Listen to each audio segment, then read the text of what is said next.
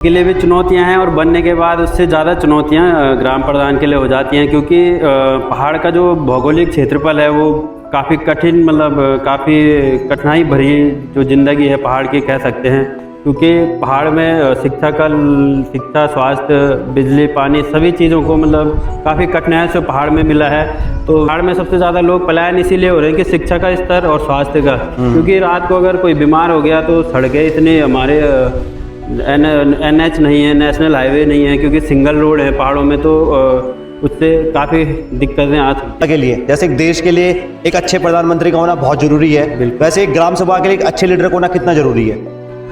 बिल्कुल 100% जिस तरीके से देश के लिए प्रधानमंत्री बहुत अच्छे होने जरूरी हैं, उसी स्तर पे ग्राम पंचायत स्तर पे एक ग्राम पंचायत प्रतिनिधि का होना बहुत आवश्यक है, बहुत अच्छा होना जरूरी है। भवन में जो सभा हुई थी, जो ये अवार्ड फंक्शन हुआ था, वहाँ पे सम्मिलित हुआ, तो वहाँ पे मुझे बोलने का मौका मिला। मैंने वहाँ पे अपनी ग्राम सभा के बारे में बताया, तो मुझे लगा कि आज अगर मैं पढ़ा लिखा नहीं होता तो शायद मैं यहाँ पे भी नहीं होता। तो मुझे इसी प्रकार मैं कभी बिहार में भी हमने अपनी ग्राम सभा से प्रतिनिधित्व किया है, पुणे में मैंने अपनी ग्राम सभा से प्रतिनिधित्व किया है, चंडीगढ़ में मैंने मतलब 7-8 राज्यों में मैं घूम के आ चुका हूँ। वो सारे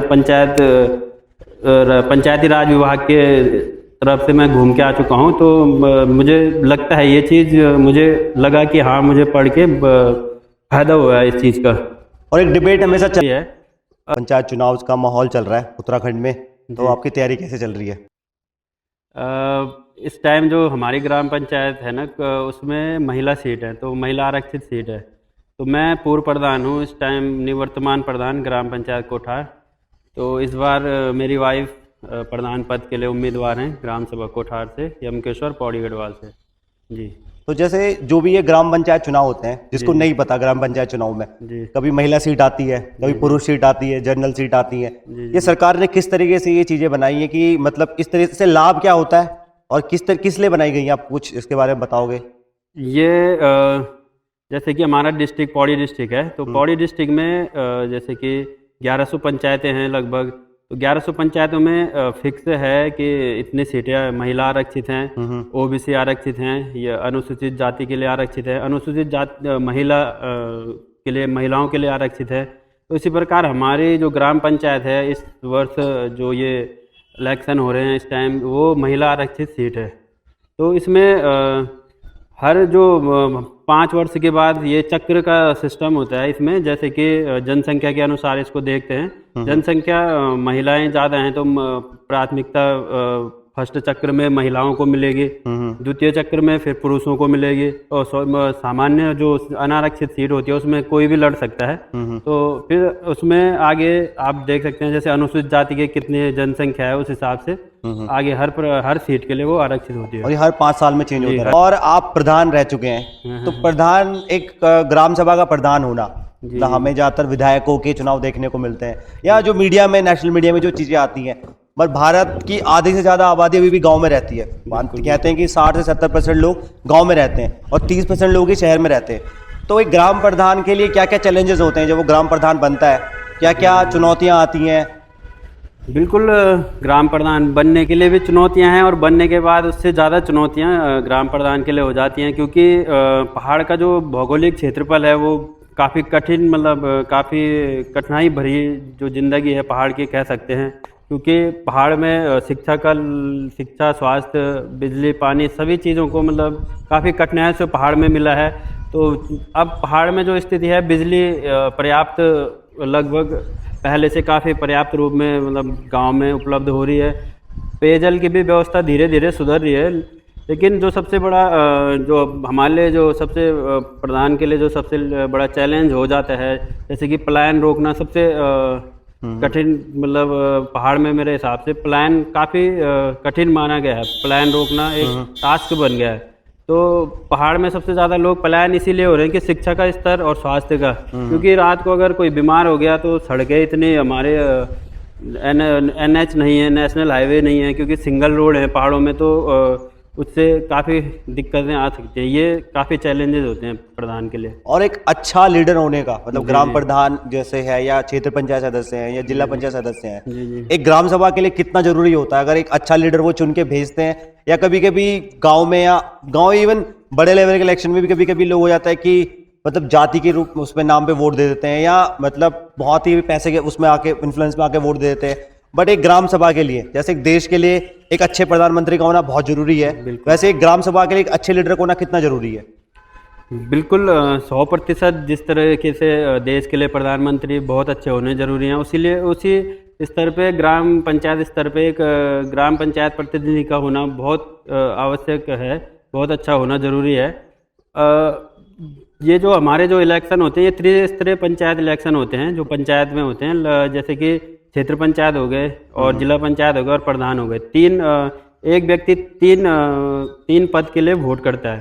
तो पहाड़ों में या कहीं भी मतलब पूरे क्षेत्र में जो ग्रामीण क्षेत्र हैं, वहाँ पे सबसे ज़्यादा जो महत्व या सबसे ज़्यादा जो चुनाव में इंटरेस्टिंग होता है वो प्रधान का चुनाव होता है, क्योंकि प्रधान ग्राम सभा का प्रथम नागरिक होता है।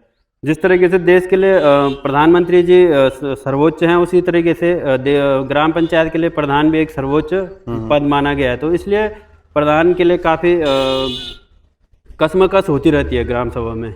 और जब एक ग्राम सभा से कोई प्रधान चुन के आता है तो उससे पहले तो वो सरकार से उसका कोई कनेक्शन नहीं रहता, बट जब आप प्रधान बन जाते हो या क्षेत्र पंचायत सदस्य बन जाते हो तो जो राज्य सरकार है उसकी जो भी योजनाएं आएंगी आप सीधा सीधे से उनमें सम्मिलित होंगे, और फिर सरकारी जो अफसर हैं, जो ऊपर लेवल पे अफसर है, वो आप लोगों से कोऑर्डिनेट करेंगे उन योजनाओं को आगे बढ़ाने के लिए। तो किस तरीके से वो प्रोसेस होता है, किस तरीके से सरकार आपका जो भी कार्यकाल है या आपका जो भी कामकाज है उसको जानने की कोशिश करती है, या किस तरीके से चीज़ें होती हैं उसके बाद? जब कोई भी व्यक्ति प्रधान पद के लिए चुना जाता है तो वो एक बिल्कुल, जैसे मैं पिछली बार बिल्कुल इस पद पे नया था, बिल्कुल मैं उस टाइम पे 24 वर्ष का था। तो कुछ भी चीज़ें मेरे लिए पूरी मतलब अनविज्ञ टाइप की थी, मतलब हर चीज़ उनको जानना था। तो ग्राम पंचायत स्तर पे जैसे कि पंचायत सचिव होते हैं, हर ग्राम पंचायत पे एक पंचायत सचिव होते हैं, ग्राम विकास अधिकारी होते हैं। तो जो सरकार की तरफ से जो भी योजनाएं ग्राम सभा के लिए आते हैं तो उनके माध्यम से हमें सूचनाएं मिलती हैं, फिर हम उसको उनके साथ मिलके, हम ग्राम सभा के साथ मिलके पूरी ग्राम सभा में बैठक करके जो भी ग्राम सभा की जो सबसे महत्वपूर्ण जो कार्य होते हैं पहले हम उन पर प्राथमिकता देते हैं। और जिस हिसाब से ग्राम सभा में केंद्र वित्त और राज्य वित्त दो फंड सरकार, एक केंद्र सरकार से उपलब्ध होता है और एक राज्य वित्त जो राज्य सरकार से उपलब्ध होता है, उनको फिर ग्राम सभा में अंतिम व्यक्ति तक पहुंचाने का काम करते हैं। तो जैसे गवर्नमेंट की तरफ से जो सरकारी अधिकारी जो होते हैं, जी। जो ग्राम पंचायत के जो सदस्य होते हैं, जो चुने हुए सदस्य होते हैं, वो किसको रिपोर्ट करते हैं, या कौन उनसे उनके कामकाज के बारे में उनसे जो भी लेखा जोखा है वो लेता है? किसको रिपोर्ट आप लोग करते हो?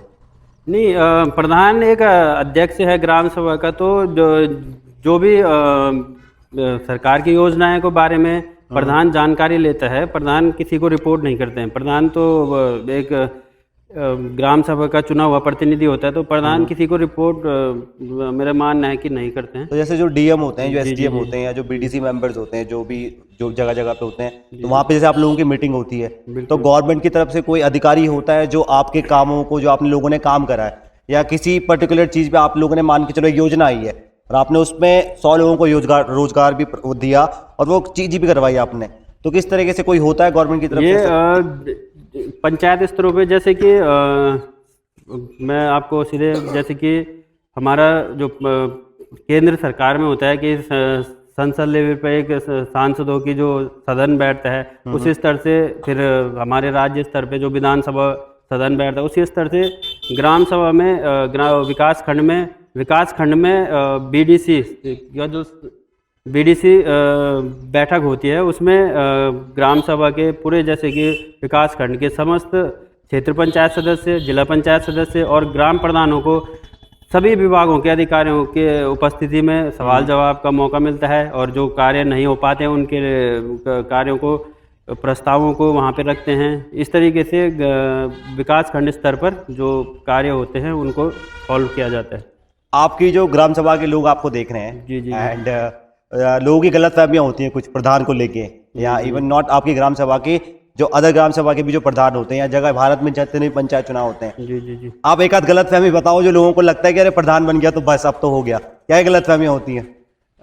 ये तो ये कि सब मेरे हिसाब से ये प्रथा चली आ रही है कि मतलब लोगों के दिमाग में ये चीज़ें काफ़ी पहले से बनी हुई है। हालांकि हम भी पहले जब हम पद पे नहीं थे तो हम भी यही सोचते थे। तो जब हम इस पद पे आए तो हमें लगा कि नहीं, ये तो किसी भी प्रकार से पॉसिबल नहीं है। हालांकि जब हम पद पे आए तो हमारे जब मैं 2019 में पद पे आया तो उस टाइम पे एक भी पैसा कैश के माध्यम से ग्राम पंचायत से नहीं निकलता है। मतलब निकलता था उस टाइम पे 19 में। उससे पहले जो प्रतिनिधि थे उस टाइम पे आप चेक के द्वारा या कैश के द्वारा ग्राम सभाओं में पेमेंट निकाल के कार्य करा सकते थे। लेकिन अब तो कहीं पे भी संभव नहीं है कि कोई इस तरीके के आरोप लगा दे कि ये पैसा खा के सारी चीज़ें एक एक पैसा ऑनलाइन दिखाया जाता है, ऑनलाइन दिखता है। तो ये सारी चीज़ें बेबुनियादी हैं। राजीव गांधी जी ने एक सपना देखा था, ये एक बात उन्होंने बोली थी कि केंद्र सरकार से 100 रुपये जाता है और गांव जाते जाते वो 1 रुपये हो जाता है। तो ये भी इसमें कितना बदलाव हुआ है? आप तो रह चुके हैं पद पे। इस पे मेरे हिसाब से लगभग 100% बदलाव हो चुका है। क्योंकि हमने भी ये सुना था कि पहले वो कैश के माध्यम से पैसा जो ग्राम सभा तक आता था, आज वो पैसा सीधे ग्राम सभा केंद्र से सीधे ग्राम पंचायत के अकाउंट में आ रहा है और ग्राम पंचायत से वो सीधे आरटीजीएस नेफ्ट के माध्यम से जो वेंडर हैं जहाँ से हम सामान लाते हैं उनके अकाउंट में जा रहा है। जो ग्राम पंचायत स्तर पे जो मजदूर हैं या जो मजदूरी करते हैं या किसी भी प्रकार का जो भी कार्य होता है वो उनके अकाउंट में जा रहा है। तो कहीं पे भी कोई पैसा जो राजीव गांधी जी का सपना था, मुझे लग रहा है वो साकार होता दिख रहा है। और जो जनधन अकाउंट है, आप तो ग्राम प्रधान रह चुके हैं, ग्राम लेवल पे आपने गांव के लेवल पे लोगों के साथ आपने काम करा है। जनधन अकाउंट का फायदा हुआ है? हर घर में अकाउंट खुले हैं लोगों के? हाँ बिल्कुल, अकाउंट खुले हैं। उस टाइम पे जब ये योजना चली थी तो लगभग मेरे हिसाब से आज तो 100% लोगों के अकाउंट खुल चुके हैं गांव में। ऐसा बहुत 1% ही मुझे लगा, वैसे तो मुझे लगता है 100% हो गया होगा। कोई भी व्यक्ति ऐसा ना हो कि जिनके अकाउंट ना हो, 100% अकाउंट खुल चुके हैं गाँव। और जैसे आप कह रहे हो कि केंद्र सरकार से एक फंड आता है जी। और राज्य सरकार से एक फंड आता है, आप ग्राम पंचायत लेवल पे काम करते हो, जाहिर सी बात है आप ग्राम पंचायत पे जो और भी जो चुने हुए सदस्य हैं उन लोगों से भी आपकी बातचीत होती रहती है। क्या ऐसी एक चीज़ है आप चाहते हो, या अगर आप मतलब मान के चलो आप मुख्यमंत्री बनते हो इस राज्य के, आने वाले टाइम पर आपको बड़ी रिस्पॉन्सिबिलिटी मिलती है, क्या एक ऐसी चीज़ है जो आप करोगे ताकि जो ग्राम पंचायत लेवल पर जो चीज़ें हो रही हैं वो और अच्छे से, और जो हमारे उत्तराखंड से पलायन लगातार हो रहा है किसी भी हद में रुक नहीं रहा, वो हर साल कोई ना कोई गाँव खाली हो जाता है, क्या आप ऐसा करोगे कि ये चीज़ें आप कम कर सको? इसके लिए ग्राम पंचायत स्तर पे काफ़ी कठिनाइयाँ हैं। आप पहाड़ की भौगोलिक स्थिति देख सकते हैं कि बहुत कठिनाइयाँ हैं। इसके लिए हमें 8-10 ग्राम सभाओं को एक साथ मिलके काम करना होगा। जैसे न्याय पंचायत स्तर पे हमें इसके लिए काम करना होगा। क्योंकि अभी मैं ग्राम प्रधान चुना था तो मैंने अपनी ग्राम पंचायत को राष्ट्रीय पंचायत अवार्ड से भी नवाजा है। मतलब हमारी ग्राम पंचायत को अभी 2022 में दीनदयाल उपाध्याय पंचायत अवार्ड भी मिला है, जो राष्ट्रीय अवार्ड है, जिससे अवार्ड में उन्होंने 5 लाख रुपए ग्राम सभा को फंड के रूप में भी दिए हैं, जिससे ग्राम सभा में हमने कार्य कराए। मनरेगा जो स्कीम थी एक टाइम पे उसको एक फेल स्कीम बोला जा रहा था कि ये फेल होगी स्कीम। जी। बट उसका कितना फर्क पड़ा ग्राम सभा मतलब गांव के लेवल पे कितना फर्क पड़ा? लोगों को रोजगार मिला और कुछ हद तक जो पलायन हो रहा था वो रुका? मनरेगा काफ़ी जगहों पे, तो मैं अपनी ग्राम सभा की बात कहूँ तो इतना हमें मनरेगा से लाभ नहीं मिल पाया। क्योंकि हमारी ये जो ग्राम पंचायत है वो नीलकंठ महादेव मंदिर, जो आपने सुना होगा या सभी ने सुना होगा, नीलकंठ महादेव जो पौड़ी गढ़वाल में पड़ता है, उसके नज़दीक की ग्राम सभा है। तो हमारे जो ग्राम सभा के लोग हैं वो अधिकतर वहाँ पे व्यापार करने के लिए चले जाते हैं। तो इसलिए मनरेगा में जो मजदूरी है वो अभी जो आज के टाइम की मजदूरी है वो नहीं मिल पा रही है लोगों को। तो इसलिए मनरेगा में लोग थोड़ा पीछे हट रहे हैं। आपको किस चीज़ ने मतलब प्रोत्साहित करा कि अब मैं राजनीति के उसमें आऊँगा और अपने गांव के लिए कुछ करूँगा, या मुझे और की तरह नहीं करना लेकिन मुझे कुछ करना है, मुझे सरकार के साथ कोलैबोरेट करके कुछ ना कुछ योजनाओं में मैं अपने गांव का भला करूँ या अपने क्षेत्र का भला करूँ? आपको किस चीज़ ने प्रोत्साहित करा सबसे ज़्यादा? मैं जब 12th पास हुआ उसके बाद मैंने BA और MA किया। उसके बाद मुझे लगा कि गांव में रहना है, गांव नहीं छोड़ना है, तो गांव के लिए कुछ करना है। तो मैं फिर गांव में ही रहने लगा। मैं अपने जीवन काल में कभी बाहर नौकरी करने नहीं गया हूँ। हालांकि मैंने आर्मी की भर्तियां ट्राई की हैं और पुलिस की भर्ती ट्राई की है। पुलिस में मैं रिटर्न में बाहर हो गया था। तो फिर काफ़ी मेहनत करने के बाद मैंने प्राइवेट नौकरियों में ध्यान नहीं दिया। मैंने सोचा उससे अच्छा गांव में ही कुछ अपना बिजनेस वगैरह करेंगे, जो भी है। फिर मैंने देखा कि गांव में थोड़ा युवाओं को मौका मिले तो कुछ अच्छा काम करेंगे, गांव के लिए, गांव का विकास करेंगे। फिर मैं प्रधान पद के लिए, तभी चुनाव हुए तो मैं प्रधान पद के लिए दावेदारी की। फिर मैं विजय भी हुआ और मैंने 5 साल अच्छे से अपनी ग्राम पंचायत का नाम राष्ट्रीय स्तर पर भी पहुंचाया और अच्छे से 5 साल अपने कार्यकाल के पूरे किए। आपका कोई फेवरेट नेता जिसको आप देख के बोलते हो कि हाँ यार मुझे इसकी तरह बोलना है या इसकी तरह बनना है, राज्य स्तर पे हो या मतलब नेशनल लेवल पे हो? राज्य स्तर पे मेरे जो फेवरेट नेता हैं, मैं गणेश गोदयाल, जो श्रीनगर के पूर्व विधायक हैं, उनको काफ़ी सुनता हूँ। और जैसे मतलब कहते हैं, बहुत अच्छे खासे पढ़े लिखे लोग कहते हैं जो देश के बारे में बात करते हैं कि जो युवा है उनको राजनीति में आना चाहिए। क्योंकि मैं भी जब छोटा था, 17-18 साल का था, तो मुझे भी ये लगता था कि यार मुझे क्या करना पॉलिटिक्स से।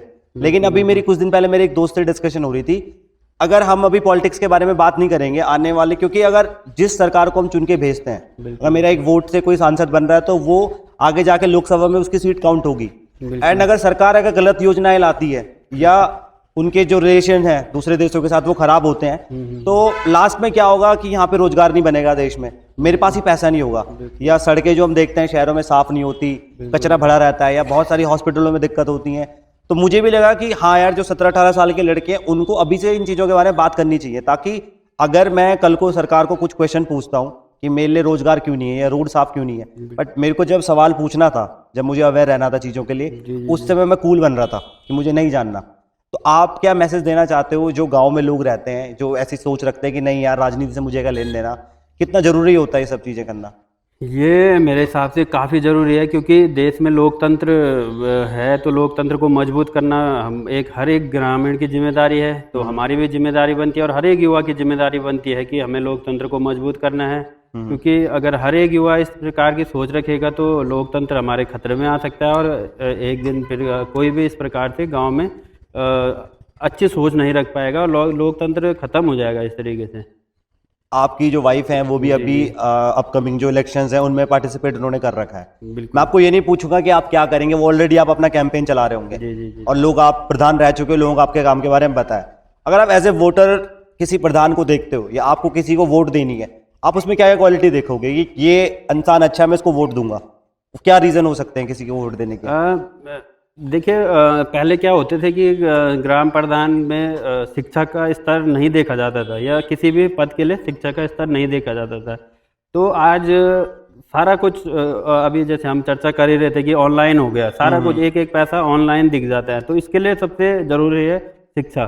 सबसे पहले शिक्षा देखने सबसे ज़रूरी समझ सकता हूँ मैं, कि आदमी को जो सबसे ज़्यादा पढ़ा लिखा हो, जो मतलब चीज़ों को जान सके, वो मैं इस चीज़ पे प्राथमिकता दूंगा अगर मैं खुद किसी को वोट देने।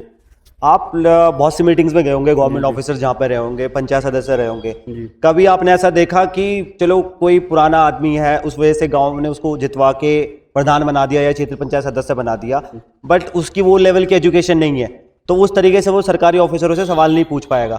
आपने कभी ऐसा एक्सपीरियंस करा? आप पढ़े लिखे हो, आपने BA करी है, MA करी है, उसका कभी आपको इसका फायदा लगा कि हाँ यार मैंने पढ़ा तो आज मैं बात कर सकता हूँ किसी से भी? आपने देखा, कभी नोटिस करा? ये बहुत नोटिस किया है मैंने मैं अपने जो कार्यकाल में, मैं आपको बताऊं, मैं अपनी ग्राम सभा का प्रतिनिधित्व तो मैं दिल्ली में भी कर चुका हूं। हम जब हमारे पंचायत को राष्ट्रीय पंचायत अवार्ड मिला था, तो हम दिल्ली में विज्ञान भवन में जो सभा हुई थी, जो ये अवार्ड फंक्शन हुआ था, वहाँ पे सम्मिलित हुआ, तो वहाँ पे मुझे बोलने का मौका मिला। मैंने वहाँ पे अपनी ग्राम सभा के बारे में बताया, तो मुझे लगा कि आज अगर मैं पढ़ा लिखा नहीं होता तो शायद मैं यहाँ पे भी नहीं होता। तो मुझे इसी प्रकार मैं कभी बिहार में भी हमने अपनी ग्राम सभा से प्रतिनिधित्व किया है, पुणे में मैंने अपनी ग्राम सभा से प्रतिनिधित्व किया है, चंडीगढ़ में मैंने मतलब 7-8 राज्यों में मैं घूम के आ चुका हूँ। वो सारे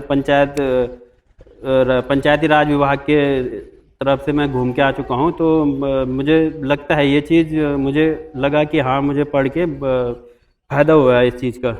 और एक डिबेट हमेशा चलती है उत्तराखंड में कि राजधानी देहरादून होनी चाहिए, गैरसैंण होनी चाहिए, और 90 या 85% जो उत्तराखंड का क्षेत्र है वो पहाड़ी है। जी जी जी हमारा जो देहरादून हमारी राजधानी है वो पहाड़ नहीं है। जी जी। आपका क्या इसमें पॉइंट ऑफ व्यू है, कितना सही और कितना जरूरी है अगर पहाड़ में ही हमारी राजधानी हो? देखिए, पहाड़ में राजधानी होना वैसे पहाड़ के लिए तो ज़रूरी है, क्योंकि ये जाना तो पहाड़ी राज्य के नाम से जाना जाता है उत्तराखंड। तो मेरे हिसाब से तो 100% पहाड़ में ही राजधानी राज्य की होनी चाहिए। क्योंकि मैं हिमाचल में भी गया, तो हिमाचल में भी पहाड़ है, तो वहाँ पे भी सारा कुछ पहाड़ में मतलब ये संभव है कि पहाड़ में हो सकता है। मतलब हमें पहले मुझे लगता था कि पहाड़ में कैसे हो पाएगा, लेकिन मैंने जब वहाँ पे चीज़ें देखी तो मुझे लगता है कि बिल्कुल हो सकता है, और पहाड़ में राजधानी होना 100% सही है। और जैसे मतलब राज्य लेवल पे बातें चलती हैं, देहरादून में जो बातें चलती हैं, न्यूज़पेपर में हम पढ़ते हैं कि उत्तराखंड का विकास हो रहा है। जी जी 10 साल से लगभग ऑलमोस्ट एक गवर्नमेंट है, दूसरे टर्म में एक सेम गवर्नमेंट है, बिल्कुल। बीजेपी की गवर्नमेंट है अभी उत्तराखंड में। जी जी जी और हम न्यूज़पेपर में पढ़ते हैं, हम सोशल मीडिया पे देखते हैं कि ये योजनाएं आ रही हैं और उत्तराखंड विकास की प्रगति पर है। ग्राम पंचायत लेवल पे कितने हद तक ये बातें सही हैं, लोग संतुष्ट हैं, लोगों को उस हिसाब से रोजगार मिल पा रहा है? बेसिक जो फैसिलिटीज़ होती हैं जैसे हॉस्पिटल में वो फैसिलिटीज़ हैं, या कोई स्कूल में अपने बच्चों को भेज रहा है तो उस लेवल की शिक्षा का उसको मिल पा रही है, टीचर्स आते हैं बराबर, क्या आपको लगता है? इस स्तर पे, शिक्षा के स्तर पे मैं कहूँ तो पहाड़ में काफ़ी हद तक शिक्षा का स्तर तो गिरा हुआ है। क्योंकि पहले जो टीचर ज़्यादातर पहाड़ों में ही रहते थे, तो पहाड़ों में जब मैं अपनी बात कहूँ तो जब हमने स्कूल में पढ़ा है तो सारे टीचर गांव में ही रहते थे।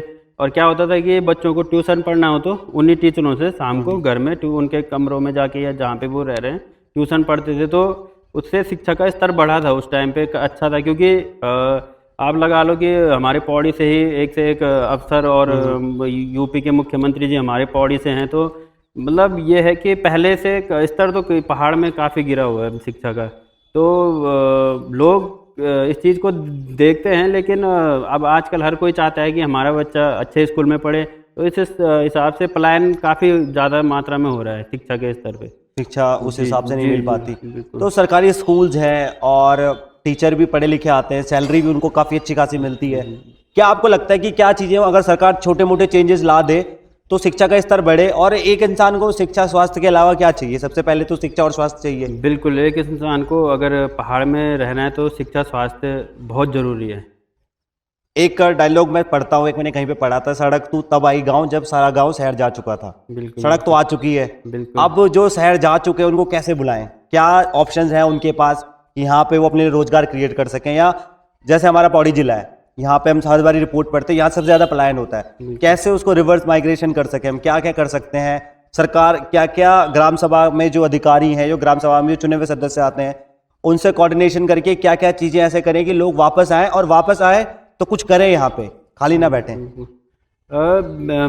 मेरा मानना जो है इस उसमें काफ़ी लोग इस सोच के हैं, क्योंकि अब सड़क गांव में पहुंच गई, पानी है, बिजली है, लेकिन वो प्रयास कर रहे हैं। काफ़ी लोग उसमें सफल भी हुए हैं, लेकिन काफ़ी लोग उसमें असफल हो रहे हैं। तो इसके लिए सरकार की तरफ से योजनाएं तो दे रही है सरकार, लेकिन वो जो मतलब उसको ज़मीनी स्तर पे उतार नहीं पा रहे हैं। इसके लिए थोड़ा ग्राम सभाओं में जैसे कि हर विभाग के अधिकारी ग्राम सभा में आए और वो योजनाओं को धरातल पे लोगों को बारीकी से बताएं कि ये, क्योंकि आजकल डॉक्यूमेंट्स बहुत ज़्यादा हार्ड हो जाता है। तो इसलिए ये सारी चीज़ें अगर ग्राम सभा स्तर पे विभाग पहुँचे तो ज़रूर ये सफल हो पाएगा।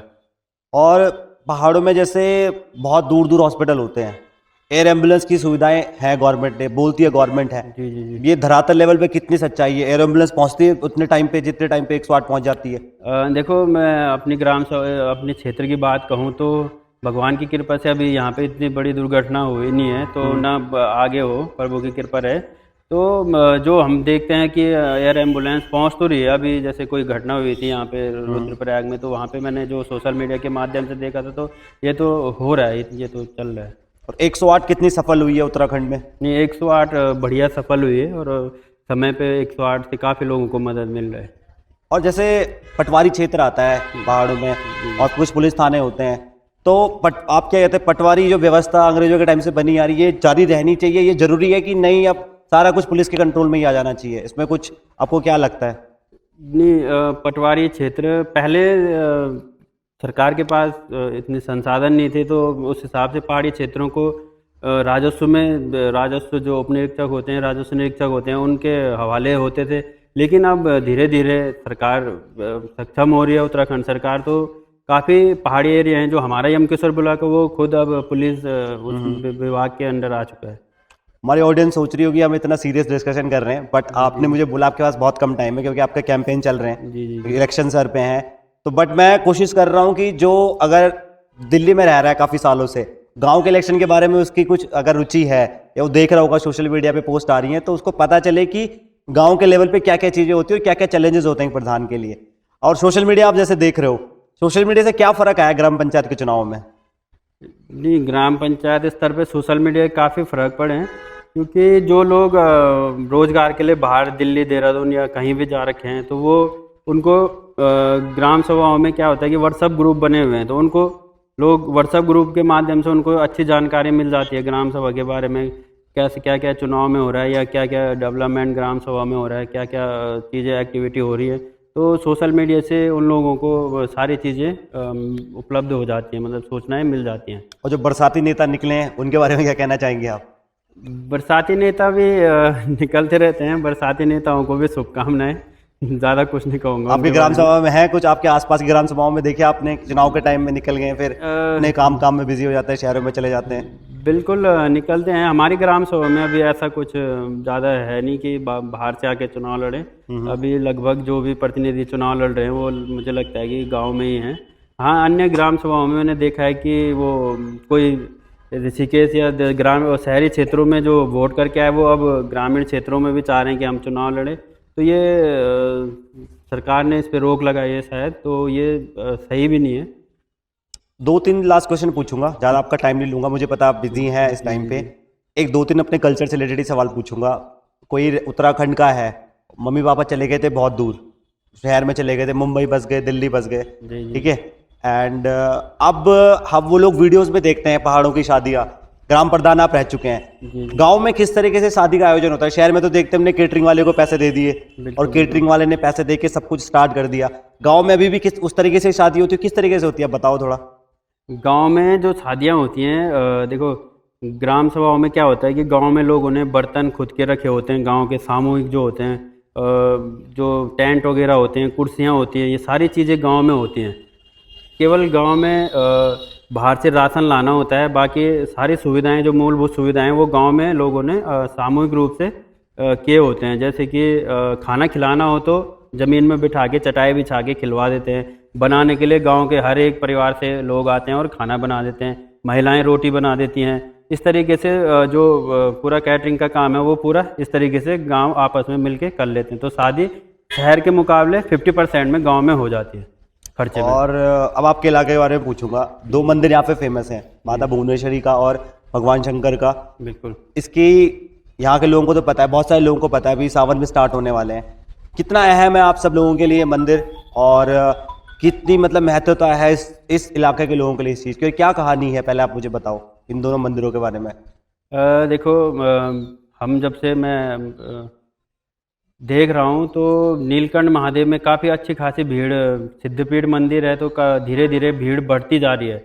लोग एक तो आजकल लोगों का रुझान, लोग मंदिरों पे काफ़ी भगवान पे विश्वास करते हैं। इस तरीके से नीलकंठ महादेव में काफ़ी टूरिस्ट आ रहा है, और पहाड़ी क्षेत्र होने के कारण यहाँ पे लोग 2 काम हो जाते हैं। एक तो पहाड़ में घूमना हो जाता है और महादेव जी के दर्शन हो जाते हैं, माता रानी के दर्शन हो जाते हैं। तो इस तरीके से लोगों का आना पहले के मुकाबले बहुत ज़्यादा, सोशल मीडिया जो जब से हुई है तो सोशल मीडिया में नीलकंठ महादेव काफ़ी प्रचलित हैं। तो इस तरीके से लोगों का काफ़ी रुझान है नीलकंठ महादेव। और भुवनेश्वरी माता जी की क्या कहानी है? जैसे हर एक मंदिर में पहाड़ों के पीछे कुछ ना कुछ कहानी होती है। भुवनेश्वरी माता का, जैसे कि सिद्धपीठ है भुवनेश्वरी माता, तो जो यहाँ पे 8-10 गांव हैं उनकी कुल देवी कही जाती हैं भुवनेश्वरी माता। लेकिन अब जब नीलकंठ महादेव पे पर्यटक बढ़ा तो माता भुवनेश्वरी को पार्वती माता के नाम से भी जाना जाता है। तो लोग सोचते हैं नीलकंठ भोलेनाथ जी हैं और ऊपर पार्वती माता हैं। तो पार्वती माता में भी काफ़ी अच्छी खासी भीड़ काफ़ी टाइम से होने लग गई है।